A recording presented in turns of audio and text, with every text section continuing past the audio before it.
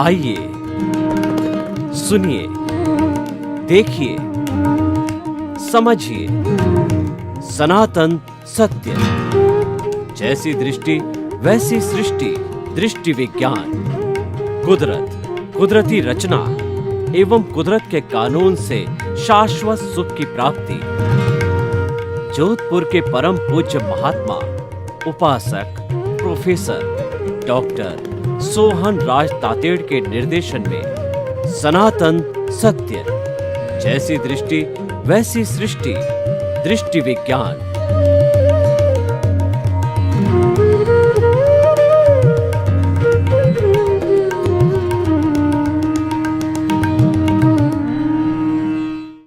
भाई और बहनों, मातृशक्ति को नमन। आज हमारा व्यवहार और निश्चय नए का जो विषय है, युग दृष्टा युग सृष्टा, अति सुंदर विषय है। देखिए, व्यक्ति युग दृष्टा युग सृष्टा कैसे बनता है, ये बहुत बड़ी टर्म्स है। युग दृष्टा यानी कि उसका विजन फॉरवर्ड चलना चाहिए। उसका विजन 10 साल, 20 साल, 50 साल आगे चलना चाहिए। और ये जो आज विषय है वह व्यक्तित्व विकास पर आधारित है।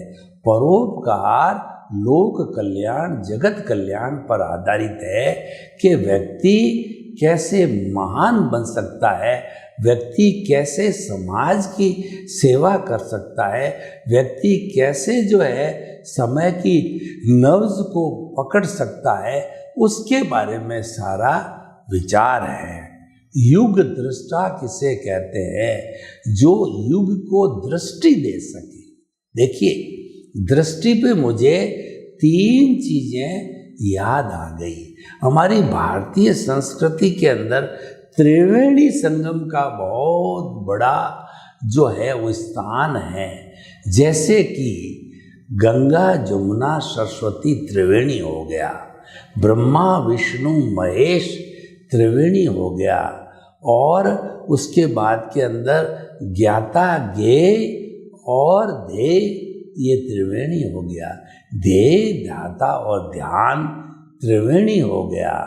और उसके बाद के अंदर हे गे उपादेय त्रिवेणी हो गया। ऐसे बहुत से त्रिवेणी संगम में जो निष्कर्ष निकालते हैं, 2 का डिफरेंस करके और कंक्लूजन निकालते हैं। तो ये मुझे युग दृष्टा युग सृष्टा पर एक त्रिवेणी याद आ गई। वो है दृश्य, दृष्टि और दृष्टा। दृश्य तो खुली आंख से जो दिखाई देता है, 5 इंद्रियों से जो जगत दिखाई देता है, जो दृश्य दिखाई देता है, जो साइड दिखाई देती है, वो दृश्य कहलाती। मैं कैमरे को देख रहा हूँ, ये दृश्य है। हिल स्टेशन पर जाते हैं तो हम प्रकृति को निहारते हैं। पेड़ पौधे, पशु पक्षी, कलकल करते हुए झरने, बहती हुई नदी, पूरा प्राकृतिक सौंदर्य, खिलते हुए गुलाब और फ्रूट्स इत्यादि। प्रकृति का सौंदर्य ईश्वर दर्शन होता है, वो हम निहारते हैं, ये दृश्य कहलाता है। कोई भी हम दृश्य देखते हैं वो दृष्टि के बिना नहीं देखा जाता है।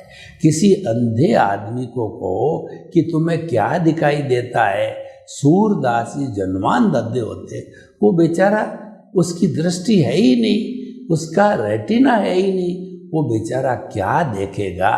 दृष्टि वाला, जिसका रेटिना सही काम करता है, जिसकी आंखों के अंदर ज्योति होती है, वही देख सकता है। परंतु क्वेश्चन ये है, उस दृष्टि को देने वाला पावर हाउस कौन है? हमारे यहाँ पर ट्यूबलाइट जल रही है, बल्ब जल रहा है, फ्रीज काम कर रहा है, जितने जितने इलेक्ट्रिक अप्लायंसेस चलते हैं, लेकिन जो ही बिजली गई, सारे इलेक्ट्रिक अप्लायंस जो है वह बंद हो जाते हैं, घोर अंधकार हो जाता है। यानी ये दृष्टि कहाँ चली गई? ये दृष्टि इसलिए चली गई, पावर हाउस बंद हो गया। जो बिजली इन सबको चला रही थी वो पावर हाउस से जो है बिजली आना बंद हो गया। अब बेचारा क्या बल्ब करेगा, क्या ट्यूबलाइट करेगी, क्या टीवी फ्रिज इत्यादि क्या करेंगे, कुछ भी नहीं कर सकते। तो दृष्टा उस रोशनी को देने वाला, उस दृष्टि को देने वाला दृष्टा पावर हाउस है हमारे भीतर विराजमान शुद्ध आत्मा भगवान है। अभी हम शुद्ध आत्मा बने नहीं, अभी हम बॉन्डेड सोल है, क्योंकि हमारे इस सोल के साथ में माई अज्ञानता, मैं मेरा आई और माई जुड़ा हुआ है। इस अज्ञानता के कारण शुद्ध हुए नहीं है, लेकिन जो भीतर विराजमान है वह शुद्ध आत्मा है, वो दृष्टा है, उसकी केवल प्रेजेंस है और वो दृष्टि देने वाला प्रकाशक, स्व पर प्रकाशक दृष्टा है। जब वो स्व पर प्रकाशक है, पावर हाउस है, जब वो दृष्टि देता है तो आप देखिए ये तीनों मिल करके कोई काम होता है। युग दृष्टा का अर्थ होता है उसके पास में विजन होना चाहिए, उसके दिमाग के अंदर ये उपज होनी चाहिए कि अब समय बदल रहा है, विज्ञान का युग आ रहा है, अगली जनरेशन कैसी होगी, अगली जनरेशन किस विचारों की होगी, तो उसको हमें अभी अडॉप्ट कर लेना चाहिए। यानी युग दृष्टा को जनरेशन गैप समाप्त कर देना चाहिए। युग दृष्टा हमारी जो प्रौढ़ पीढ़ी है, वृद्ध पीढ़ी है, उसमें भी एडजस्ट हो जावे, हमारी यंग पीढ़ी है उसमें भी एडजस्ट हो जावे, बाल पीढ़ी है उसमें भी एडजस्ट हो जावे। वो युग दृष्टा होता है, वो दृष्टि देता है, वो विजन देता है कि आने वाला समय कंप्यूटर का युग होगा, सब काम कंप्यूटर पे होगा, खाना भी कंप्यूटर से बनेगा और रोबोट होंगे, परोसने वाले भी रोबोट के माध्यम से परोसा जाएगा। यानी हमारे जितने भी बेसिक हमारे सुविधाओं की जो चीज़ें हैं, रोटी, कपड़ा, मकान, शिक्षा, चिकित्सा, बेसिक एम्यूनिटीज है, वो कंप्यूटराइज मिला करेगी आने वाले समय में। यानी हमारी जो वेस्टर्न पद्धति है उसको हमने एक्सेप्ट किया और पूरा एक्सेप्ट कर लिया है। यही फ्यूचर में होने वाला है। हमारा खुद का जो सिस्टम स्पिरिचुअलिटी का है वो धीरे धीरे दबने लग जाएगा, क्योंकि अभी विज्ञान हावी हो जाने से और हमारी जो है वेस्टर्न सिविलाइजेशन हावी होने के कारण, मास के द्वारा एडॉप्ट किए जाने के कारण जो है हम जो है मेटेरियलिस्टिक बन जाएंगे। तो उस मेटेरियलिस्टिक के अंदर हमारी स्पिरिचुअलिटी कैसे कायम रहे, वह विजन जो है हमें आने वाले अगले 25 साल 50 साल की जनरेशन को, यंग पीढ़ी को देना चाहिए। मैं आपको उदाहरण देना चाह रहा हूँ कि आज यंग पीढ़ी या यूथ पीढ़ी जो है वो कंप्यूटर पढ़ती है, लिखती है, एजुकेशन लेती है। तो एजुकेशन से जुड़ी हुई मैं उनको बात बताना चाहता हूँ। और हमारी वर्तमान सरकार ने बहुत ही सुंदर रूप एजुकेशन को, जो नई हमारी शिक्षा नीति बनाई है उसमें उन्होंने पुराने और नए को जोड़ा है। वर्तमान सरकार युग दृष्टा है। उसने जोड़कर क्या किया, उन्होंने ये कहा कि हमारे पुराने शिक्षा के मूल्य, यानी कि हमारी गुरुकुल प्रणाली जिसमें वैल्यूज़ को स्थान दिया गया था, उन वैल्यूज़ को ख़त्म नहीं करना है। चाहे आपने सिस्टम वैज्ञानिक एडॉप्ट कर लिया है, लेकिन वैल्यूज़ चलनी चाहिए।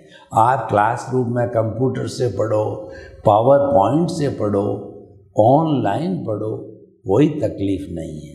लेकिन गुरु और शिष्य के बीच में संबंध वही रहना चाहिए। माता पिता और बेटे के बीच के अंदर संबंध पुराने वाला रहना चाहिए। एक जो मालिक और श्रमिक के बीच के अंदर संबंध जो हमारे पुराना वैल्यूबल संबंध है, वही सम्मान की भावना रहनी चाहिए। दूसरे शब्दों में हमारी पुरानी संस्कृति जो थी, पुराना समय था, जो वैल्यू बेस्ड था, वो इंट्यूशनल समय था। वर्तमान समय इंटेलेक्चुअल समय है। इंटेलेक्चुअल का अर्थ ये हुआ कि जब हमारा विज्ञान आया तो हमारी यूथ पीढ़ी ने और यंग पीढ़ी ने जो है गूगल को खंगाला, यूट्यूब को खंगाल करके अनेक जो हमारी शिक्षा की विधाओं को अपनाया, तो वो मानसिक रूप से बहुत इंटेलिजेंट हो गए, बड़ी बड़ी डिग्रियां धारण कर ली। लेकिन मैं आपसे पूछना चाहता हूँ, एक जज क्यों घूस लेता है और एक पढ़ा लिखा व्यक्ति क्यों रेप करता है? एक जो है वो कहना चाहिए वकील है क्यों घूस लेता है, और एक डॉक्टर है अपने लोभ के लिए लाखों रुपए क्यों हड़पता है? वह किसी बेचारे गरीब जो है पेशेंट से ऐसा क्यों हो रहा है? ये नहीं होना चाहिए। ये जो है वो नैतिक रूप से सही नहीं है और ये अन्याय है। ये हो इसीलिए रहा है कि हम इंटेलेक्चुअल तो बहुत बढ़ गए। इंटेलेक्चुअल वर्क बुद्धि के स्तर पर होता है, उसमें तर्क पनपता है। बुद्धि हमको संसार में भटकाती है, बुद्धि हमारे नफ़ा नुकसान दिखाती है, बुद्धि हमारा लाइक डिसलाइक करवाती है। ये अच्छा है, ये कर लो, ये करना चाहिए, ये नहीं करना चाहिए, ये हमको समझाती है। तो इस कारण हम बुद्धिवादी बहुत बन गए। बुद्धि हमारे में राग द्वेष पैदा करती है। लेकिन पिछला जमाना इंट्यूशनल था। हमारी पुरानी माताएं, नानियाँ, दादियाँ जिसने 10-10, 12-12 बच्चों को पाला और सभी बच्चों को लखपति, करोड़पति, ज्ञानी, कुबेरपति बनाया। कैसे बनाया? क्योंकि वो इंट्यूशनल थी और उसके इंट्यूशनल के कारण जो है उसने सत्य को स्थापित किया, समानता का व्यवहार किया, सहनशीलता का व्यवहार किया, त्याग का व्यवहार किया। वो वैल्यूज बद्ध रही। वो भीतरी जगत में जाती, भीतरी जगत में सत्य को पहचानती, वो एप्लीकेबल करती। आज की ये शिक्षा या आज का जमाना है, भीतरी जगत में कोई नहीं जाता, सभी बाहरी जगत में गोते लगाते हैं। बाहर का जगत राग द्वेष का जगत है, भीतर का जगत है वाइब्रेशंस का जगत है। वहाँ शब्द नहीं, वहाँ कोई भेदभाव नहीं, वहाँ सत्य के दर्शन होते हैं। Truth is God, God is truth के दर्शन होते हैं वहाँ पर। और वहाँ पर जो है सभी समानता का व्यवहार होता है। मैं आपको बताना चाहता हूँ, इतने धर्म गुरु हैं, सबने एक सी बात क्यों कही? परहित सरिस धर्म नहीं भाई। प्राणी मात्र को दुख मत दो, प्राणी मात्र को दुख देना ही सबसे बड़ा पाप है, सबसे बड़ी हिंसा है। ऐसा क्यों कहा गया? क्योंकि भीतरी जगत से जो है वो खोज करके लाए, सत्य का अनावरण किया, वहाँ एक सा दिखाई देता है। बुद्धि के जगत में राग द्वेष सौदेबाजी होती, वो भीतरी जगत में नहीं है। तो मैं आपको कहना चाहता हूँ कि युग दृष्टा है वह होता है जो इंट्यूशनल जगत में जाता है, जो मेडिटेशन करता है, भीतर विराजमान प्रभु से संपर्क करता है, उसका आशीर्वाद लेता है, उन मूल्यों को जीवन में अपनाता है। देखिए, मैं आपको कंपैरिजन बताऊं कि आज 25-50 साल आप पहले जाइए, मैं एक वृत्त खींचता हूँ, एक सेंटर से एक सर्किल यानी परिधि खींची जाती है, तो सेंटर के अंदर 25-50 साल पहले लोग गुणवान लोग रहते थे, चरित्रवान लोग रहते थे, और ये कहा जाता था if wealth is lost nothing is lost, if health is lost something is lost, if character is lost everything is lost. गुणों की पूजा होती थी और उन लोगों को लीड दी जाती थी। राजा महाराजाओं पर धर्म नीति का अंकुश था, धर्म गुरु का जो स्थान था वो राजा से ऊपर होता था। वशिष्ठ मुनि से पूछे बिना राजा जो अपने जो दशरथ है कोई निर्णय नहीं लेते थे, राम कोई निर्णय नहीं लेते थे, और मिथिला नरेश जो है वो विदेह राजा जनक है, गुरु से पूछे बिना निर्णय नहीं लेते थे। तो वो बातें पहले सेंटर में थी, लेकिन और परिधि पे धन संपत्ति ऐश्वर्य पद प्रतिष्ठा और सारा जड़ पदार्थ परिधि पे रहता, लेकिन इस समय में उल्टा हो गया कि लोगों ने जो है वो सेंटर को पटक दिया परिधि पे, परिधि की चीज़ें जो ले आई सेंटर पे, यानी धन को प्रथम स्थान दिया। बाई हुक और crook we should earn the money, और हमारे समाज के मापदंड बदल गए। जिसके पास धन है पैसा है वो बड़ा है, उसको आगे बढ़ाया जाता है, उसका सम्मान किया जाता है। तो उल्टा हो गया। ये समय के फेर के कारण युग दृष्टा वह होता है कि वो गिरते हुए मानवीय मूल्यों की पुनर्स्थापना करे, एक नया केंद्र खींचे जिसके अंदर पुरानी तरह ही वैल्यू सेंटर में रहे, परिधि के ऊपर सम्मान सत्ता धन संपत्ति रहे। तो ये तो गुण मैंने बताए युग दृष्टा के, कि अगर आप युग दृष्टा बनना चाहते हो, आपको विजनरी होना चाहिए, आपको इंट्यूशनल होना चाहिए, आप में टॉलरेंस पावर होनी चाहिए, आप में त्यागवृत्ति होनी चाहिए, आप परिवार को साथ लेकर चल सको, आप जो है समाज को साथ लेकर चल सको, वो आप में आर्ट होनी चाहिए। अब युग सृष्टा, युग का निर्माण करने वाला, निर्माण वही कर सकता है जो कि लोगों के साथ में समानता का व्यवहार करे। समानता का व्यवहार क्या है?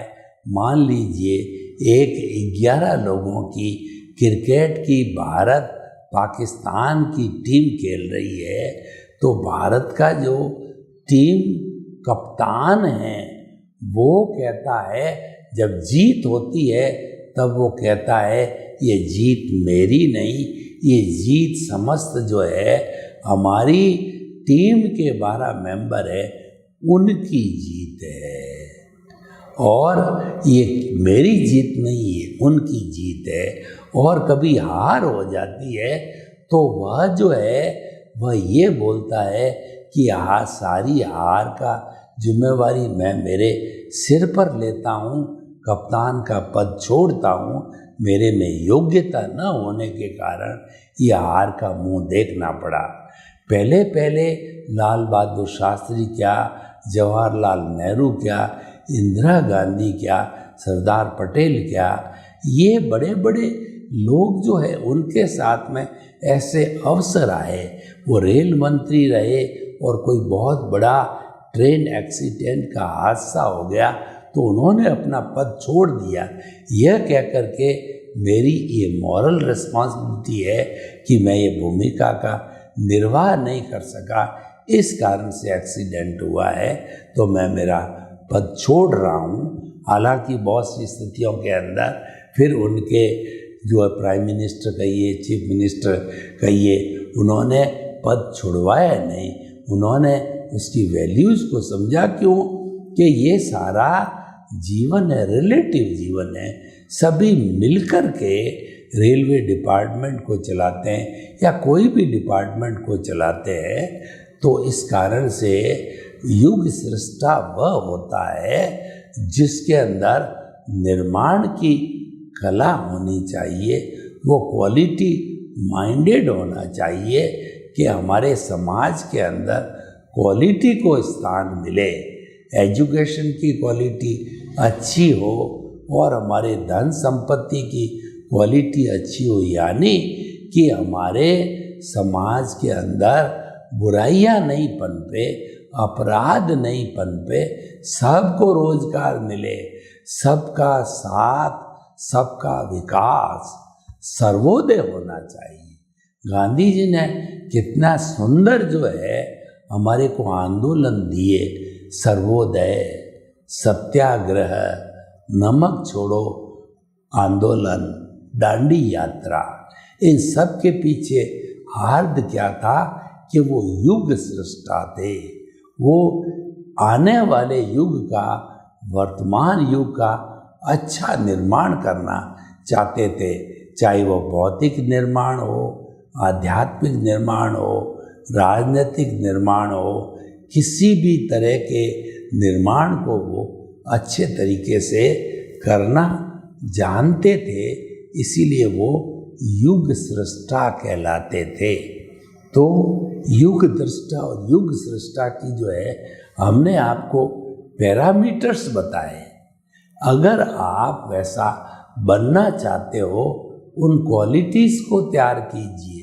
देखिए, युग दृष्टा, युग सृष्टा बनने के लिए युग की नब्ज को आपको नापना पड़ेगा, पहचानना पड़ेगा और आपको बहुत बड़ा सैक्रिफाइस करना पड़ेगा, तभी जाकर के आप युग, जितने भी दुनिया में बड़े बड़े युग दृष्टा, युग सृष्टा बने हैं, चाहे भक्ति मार्गी कबीरदास जी हो, रैदास जी हो और रशखान जी हो, और हमारे बड़े बड़े जो व्यक्ति हुए हैं, छत्रपति शिवाजी हो, अहिल्याबाई हो, रानी झांसी की रानी हो, और जितने जितने भी पूर्व में हुए या वर्तमान में हुए हैं, उनको बहुत कुछ जो है तपना पड़ता है, खपना पड़ता है, तभी वह युग दृष्टा, युग सृष्टा बनता है। युग दृष्टा, युग सृष्टा को स्वयं तलवार की धार पर चलना होता है, उसको अपनी लाइफ स्टाइल को जो है जनता को समर्पित करना होता है कि मेरा जीवन है वो जनता का जीवन है, ये पब्लिक लाइफ है, मेरी खुद की लाइफ नहीं है। तो वह सारा समय जो है जन कल्याण और जन सुरक्षा पे लगावे और जनता की भलाई के लिए लगावे, तभी वो जो युग दृष्टा, युग सृष्टा बन पाएगा।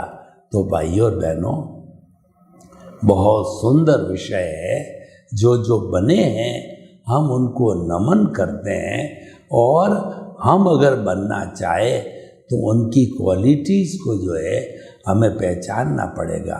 मैंने एक पुस्तक हिंदी और अंग्रेजी दोनों में लिखी है कि हमारे भारत रत्नों के, भारत को अवदान, contribution of Bharat Ratna to India, उसमें उनकी जीवनी को पढ़ के मैंने पाया कि वो बचपन से इतने कुशाग्र सेवा माइंडेड थे कि मान लीजिए कि उनको ईश्वर ने सेवा के लिए ही इस संसार के अंदर भेजा है। उनकी पर्सनल लाइफ को पढ़ा तो मालूम पड़ा कि उनमें से अधिकतर जो है गरीब परिवार के थे, और किसी की बचपन में माता चली गई, पिता चले गए, दोनों चले गए, उनका पालन पोषण किसी और ने किया। इन संघर्षों के बीच में ही जो है वो पलते पलते महापुरुष बने। वो महापुरुष युग दृष्टा, युग सृष्टा, इसीलिए बने कि उन्होंने life is struggle, struggle is life को समझा और कभी भी हार को स्वीकार नहीं किया। उन्होंने उपनिषद के जो मुख्य वाक्य थे, चरे वेती हम चलते रहे, कारवां बनता रहा, इस उद्देश्य को सामने रख करके उन्होंने विकास किया।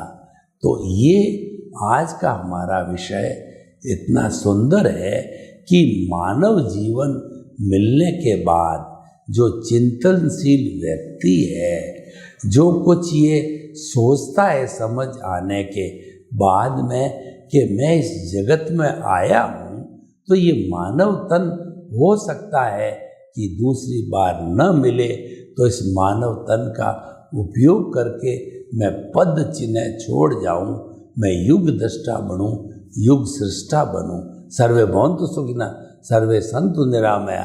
लोक के सब जीवों को सुख मिले, शांति मिले, आनंद मिले, प्रेम मिले, सौहार्द मिले, और सभी जो है भाई भाई के रूप में भातृत्व को और भाईचारा को पैदा कर हम सुखी जीवन मिले। आपके प्रति मंगल। ओम शांति।